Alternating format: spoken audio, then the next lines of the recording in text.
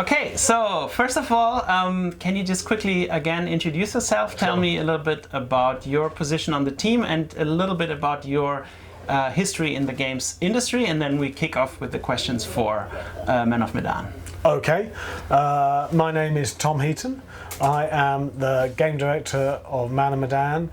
I've been working in the games industry for over 20 years in development mostly.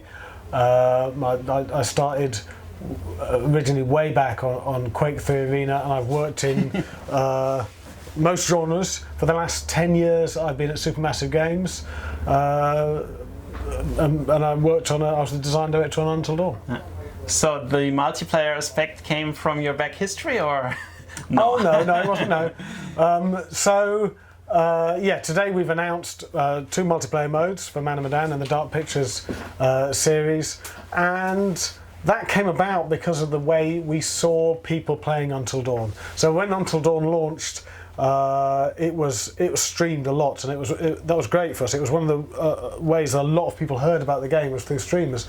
But what we saw through the streamers, but also through people contacting us and talking to people at events like this, was that people played the game very socially. Mm-hmm. They often played with a girlfriend or boyfriend or a partner, or they played with groups of people, and they would discuss the game and talk about what the best thing to do was. And they would make their own rules up and things, and that was fantastic. That was not something we expected. Yeah. We loved it, and we realised that there was a big social aspect to the game, and that made us want to create multiplayer, so you could actually play multiplayer in game. So the funny thing is, the first time you were saying multiplayer and you were doing like the world exclusive first multiplayer in this genre, I was thinking, wait a minute, there was this Sony PlayLink games where you had a multiplayer where 4 people were sitting at the screen, but basically the difference there is that they choose the different outcomes of a question and not playing as individual character, which is more the case in your game, right? Yeah, this is much more. It's much more like Until Dawn in that it's a cinematic, branching narrative, horror story where you control characters. We have this shared story mode where you can play the whole story with a friend online, and your friend will play different characters to the characters you're playing in any one scene. And sometimes you're together in the same bit of the world, and you're talking together, having conversations or doing other sorts of interactions. Sometimes you are in the same part of the world, but you're separate. You're exploring separately, and you can decide to stick together, or you can go apart. It's up to you. And sometimes you're in completely different bits of the world, experiencing completely different bits of the game, and you don't know what's going on with the other player. And when you join up, you can decide how much to communicate. Yeah. So how does the game decide who plays which character, or can you select that in the beginning, or because you also switch characters within gameplay sequences? Yeah, within story sequences. Yeah, we've always had the thing that you don't always play as one character. Yeah. You see the story through the eyes of a number of different characters, and the game decides. It's part of the storytelling, really, about who you're going to be with next in any one chapter.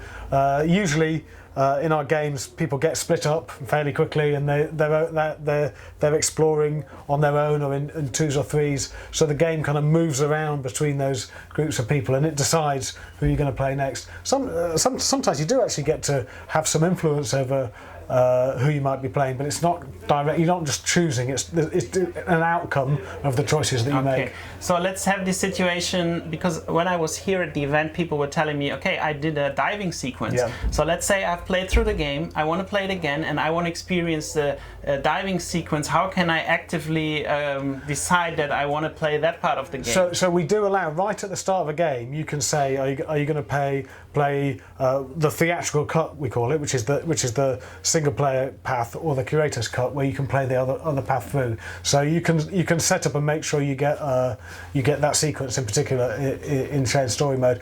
In the solo mode, actually you often play bits of both paths, so you get that, and you see a little bit more of the story. Mm-hmm. One thing I liked about Until Dawn was the fact that basically you can play it in ways that almost like everybody dies or everybody lives, or just few people. Do you have the same concept here? Yeah, absolutely. Okay. Yeah, so every character can be killed. And they can be killed in multiple different places and in multiple different entertaining ways. And when you're dead, you really are dead. And the story branches and continues on without that character. It's a key bit of our games. You never know when you're safe. You never know how important a choice is, because the death is always lurking. Yeah. One thing which I think a lot of people were commenting on, some said it wasn't a problem for them, some said it's a little bit strange, was the sequence where a character is sitting there and looking up and waiting for the multiplayer character he's playing with or his friend to do the decision. In the meantime, you just see the face of the character moving around. Was that always the way you wanted to go with these sequences? Is it like more of a buffer you built in so people have more time to answer, or how do you... Well, so you don't get those things in solo mode or movie night mode. Yeah, of course, but only multiplayer. Yeah. But so I think people understand when they get to those that the other player has to be given a bit of time to make a choice. And when you're making a choice yourself, then time seems to go very quickly. But when you're waiting for someone else, it feels a little bit slower. Yeah. But yeah, it's kind of cool that you can see that the other player's got a choice. You don't know, of course, what they're actually deciding between. You don't get that information, so all you know is that they've got a choice, but you don't know what it is. But the way you display it to the player, was it always like that, or did you have different concepts how you show that to the player? Like, oh yeah, of course. Developing a game like this, we try all sorts of things out. But we knew it was going to be something like that, because it reflects what the other player's seeing on their screen. They're getting that same view of the character. Yeah. Just to get an idea, let's take the sequence, the very first sequence which people were allowed to capture. Basically the barbecue happening, and then the people entering the boat and kidnapping. How many, just to get an example, how many different outcomes can this situation have? Oh, loads. Like 5 or 10 or 20 or 50 or... It's difficult to put a number on it, but I can certainly tell you that in that sequence you can have a character die or not die, be wounded and be wounded for the rest of the game. That's what happened to me. Or not be wounded. You've got a character that can escape the guys that have invaded your boat, or he can be caught. You've got another character who can also be injured, and those don't just affect the immediate things. Those unlock whole new scenes that are playable later, or alternate scenes that are playing. So the branching that's in the game, we think it's the most branching game we've ever done. We know it's the most branching game we've ever done, and it's sometimes the branching is very long term. Something you do quite early on that can seem innocuous, cool. Actually has a really major impact on the story later, and you kind of go, oh no, that's because I did that thing. So within the studio, with all these consequences happening all the time, how do you make sure that you don't have any logical errors in the game? Well, that is a huge challenge, actually. What we've done is developed in-house software, which is like a huge flowchart. And the first thing we do after we've got the concept and the story that we're pleased with is we start to work out the branching in this flowchart. And the cool thing is, we can play that flowchart. So we can actually plug controllers in, and you play a very lo-fi version of the game with just with images, storyboards, and text. And we can get two players, and they can play the whole thing. It doesn't look very nice. It's not very pretty at all. But you can play it, and you can find the problems. And we play it literally hundreds of times. Yeah. And we're looking for the weak points or the logical inconsistency. But if we can spot them at that stage, we can fix them quite quickly. Okay. And before we go into full production, we are absolutely confident in the story and the logic. So let's say you would have to print this chart out. How many pieces of paper? It would be this thick. I mean, it's huge. It's vast. And we show it to people. It looks like a kind of telephone exchange or something. It's really. And then sometimes we'll go into one bit and open up a box, and inside that there's a load more branches. So it's huge. Yeah. And we're just talking about now this one story we can play now, right? This is for one game, yeah. The branching is vast, and the storyboard and the flowcharts are immense. Yeah. Okay, another thing I think which interests people a lot, maybe you've already answered it, but maybe you can also say it again. So basically, Man of Medan, we have this story with the people being kidnapped on the boat, but that's just one of more stories to come in the future, correct? Yeah, so the Dark Pictures Anthology is a series of games that they're in the same style So it's all about branching narrative and choices and exploration. They're all horror. Yeah. They're all cinematic in the kind of Supermassive House style, but each story is completely different. It's got a different set of characters. It's in a different location. It's in a different subgenre of horror. Oh, So cool. horror isn't one thing. It's comprised of lots of different subgenres. We made a list when we were working out how to do this. We made a list of all the different subgenres, and we got to 39 different subgenres. So can you just give 2 or 3 examples of subgenres? Yeah, so you might have slasher movies. Okay. And you've got zombies. You've got a haunted house. This is a kind of ghost ship. And there's always movies and TV or books written. We can find the media that's been written in that particular subgenre, and we get to know it really well and learn the rules of it and the tropes of it, and we use all that stuff. But for future games, the perspective, how you show them, basically being third person or from an angle you view the action, you will not play following games in a first person perspective. No, it'll be in the same style. Okay. And that's our kind of how we've learned how to make branching narrative games, and we'll stick with that. So I think you'll be able to look at a future game and say, oh, that's a Supermassive game. That is part of the Dark Pictures series. Just as when you see an anthology TV series, it has a house style and you can recognise it. Okay. But it will be completely new story. Okay. So it could also mean that you could bring us to a different time period. For Completely, example. yes, we can do anything. So medieval age or whatever. And other games in the series will be completely different. They won't. They go to very different times and places. And they will all not be connected to the element of water, for example, which is very prominent here. No, it'll be completely different. Anything more you can say about that? Yeah, I can. To get people excited. I can say a little bit, which is we made a decision that all the games, although they're not connected, would be in the same universe. So sometimes in the game you will find little links to other games in the series. Oh, nice. And they're subtle things. They're difficult to find. They won't be obvious, but we think people that really enjoy the game and fans, they will look out for those and they'll talk about them. And the character, the curator, who kind of introduces each game, he's in every game in the series. He introduces every game and he talks to you throughout the game and asks you how well you're doing and things like that. Yeah. So the curator, how does he see the player? I mean, it's like, if to me it wasn't really clear, am I a godlike creature? He talks to me as a godlike creature and he can manipulate how people act in specific scenes, or how does a curator see the player? Well, I think people will learn more about the curator as the series develops. Okay. The curator's got a story of his own, so I don't want to give too much away about that, but if people stick with it, they'll find out more about the curator. And can you tell me who's playing him? He is acted by Pip Torrance, who is a British actor, very Shakespearean British actor. He's terrific. He gives this amazing performance, which is seemingly friendly and helpful, but actually he's a little bit sinister. So he's really good. The one thing I didn't like about what I've played today was the scene where I first see the curator and he has his hat on and he walks on the ship or something. And I had the feeling the video quality was like compressed in that scene. I was wondering, the whole game looks so sharp, but then you have this video and what's happening there? That's a specific problem we got at the moment. You're right, there is a problem with the video. It's like such a big difference. We will fix that. You will fix that? Okay, no problem. Sounds promising. The next thing is there, for example, in other games like the Detroit Become Human, for example, they have an opportunity or even when you play it through, you can see a chart where you see what you did to make sure you can, when you play in single player, you can go for other routes of the story.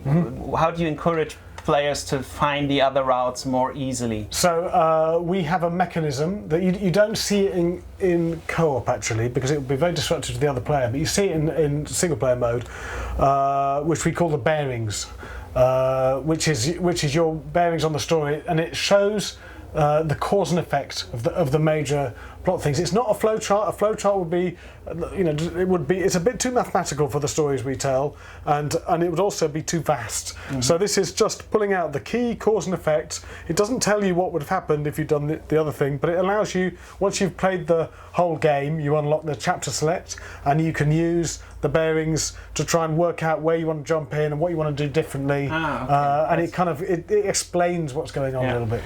So I heard, correct me if I'm wrong, that a one playthrough for this episode of the game will take probably 5 to 6 hours. I think it's a little bit. I think it's more like 4 to 5 hours. 4 to 5 hours, something like that. But then, of course, you have the replayability. Sure, yeah. And then how would you, what like normally playtesters, if they play, they probably go for 2 or 3 or 4 playthroughs even, I don't know. Oh, well, how many are there possible to, if you look at rather at the endings, you know? So we know there are 69 different deaths in the game, and if you wanted to see all those deaths, you'd have to play through the game 7 or 8 times. Wow. And you'd have to know what you were doing as well. It's difficult to put a number on the number of different endings. There's a whole bunch of ways that the game can finish. Some good, well, not many good, but maybe one good, and the rest various degrees of less good. But even within those, there's branching depending on what you've done earlier, and obviously because we don't know, everyone can die, and they can die at multiple points, so we as developers don't know who you're going to get in those endings. We have to cope with whoever is there, so there's a huge number of permutations in the endings as well. One trend in the games industry is procedural generation of things. Do you think this can be combined with a branching game like you have? Like the procedurally branch game like that? I think it's difficult because of for us it's difficult because we're aiming for a very cinematic look and very cinematic performances, and that doesn't work very well with procedural stuff. So we go for rich branching and deep branching, and we get data for everything, and we work out the logic for everything. So we don't, and what that gives us is really good quality branching. So everything you go down is very high quality, which there would be a risk with procedural that it would not be as interesting. And I think nobody really tried that before, right? But yes, what our promise to the player is that whatever happens, whatever decisions you make, even if they're really bad decisions, you'll still get a really good story. Yeah. In the options menu of the game, there's a point where you ask the player if you want to allow him to collect data from the player in the form of like what kind of branches he was taking and stuff like that. Are you showing percentages, how many people did this and this decision in this and this scene? Is there a mode where I can see that? I'm afraid not. No, I think that's to do with the shared player, the collecting data. So no, we're not reflecting that in the game. Okay. The next year will be a lot about the upcoming console systems with the technology they have. How do you think can a PS5 or a new Xbox make a game like the one you have better in the future? Is it just better graphics and shorter loading times, or what? Well, I can't speculate on either of those two consoles, but anytime we get more graphical power, of course, we can use that to get something that is, approaches what our ideal is, which is it's almost like we're trying to make something of movie quality, and with the facial capture, with the face animations, and the rendering of movie quality. We want players to feel like they're watching a movie, but they've got a controller in their hands and they can decide what happens. So anything that gives us that is great. Okay, and you've also been doing VR games or a VR title in the past. Yep. Would you like to do another VR project in the future, maybe which is in this, maybe even part of the anthology? Yeah, well, VR is great, and it's definitely one of the ways the games industry is going, and I think it's here to stay. The Dark Pictures is not VR. Of course, It's not. It doesn't. It's a very different thing to switch to VR in a different perspective, and we're about giving you that traditional TV style view onto the world, and it allows us to make these very beautiful environments, very beautiful characters that would be a real problem in VR. So, and maybe you can explain what was the reason that you went for this boat scenario in the beginning. Sure. How did you? What was the starting point of this boat scenario? Sure. Were you personally on a boat and something bad happened, or how did that? No, that was today. So, one thing we look for. Right at the start, we need to make sure we have a really compelling narrative. Before we think about really any game content or branching or anything like that, we need to get a very compelling narrative, interesting environment that players might like to explore and be part of, and a very strong cast. So we're really working on the story mode. It's as if we're kind of going to pitch a film or something like that. It's a very high level thing. And one thing we look for is things that are in the real world that people kind of know about or maybe don't know about but can research on, myths, folklore or urban legends. And we found this legend of the ship called the Medan, which was they found reportedly just after the war. What was the name of the ship? It's called the Medan. Medan. And it's they found it floating in the Pacific, and all the crew were dead. When did they find it? Which year was that? It was just after the Second World War. Okay. And no one knows what happened, and no one knows if it happened at all. You know, So there are no pictures of this. There are newspaper reports and things that you can find online. So it's a mystery, and that's cool for us because a mystery, something that people that are not known very well, allows us to really run with the story, and we can make up what we like. We're not tied down by anything, and it seems like a really interesting idea, and it's also got this isolation, which is so important for horror, that you're isolated from anyone. You can't run to the police or anything like that. You can't get any help. You're stuck somewhere. So being on a boat in the middle of the Pacific, which is maybe the most isolated place on Earth, is just a great setting for horror. What would you personally do when you were in a situation like that? I wouldn't go into the boat. In the first place. I would sit on the deck and spell out SOS. Okay, my last question. What would you say is the biggest influence or the biggest element which is Until Dawn is bringing into this game? Of course, they're the same concept and everything, but is there something which you learned through Until Dawn which may help you to make this a better game? I mean, in a way, or a more interesting game, or in a way, we learned everything from Until Dawn. It was a huge learning experience, and we didn't really know how to make a branching narrative game. We didn't really know what that game was when we started out on it. So finding that method of players making choices and having branching, and every character can die, all those components came together and gave something that people really liked, and so it was building on that. And it was building on the fact that players like to understand the relationships between the characters, how important characters were, maybe even more than the actual narrative. People have to relate to those characters, so that was a really important thing. Fantastic. I could ask you 10 more questions, but unfortunately we're running out of time. Thank you so much for your time. Thank you very much.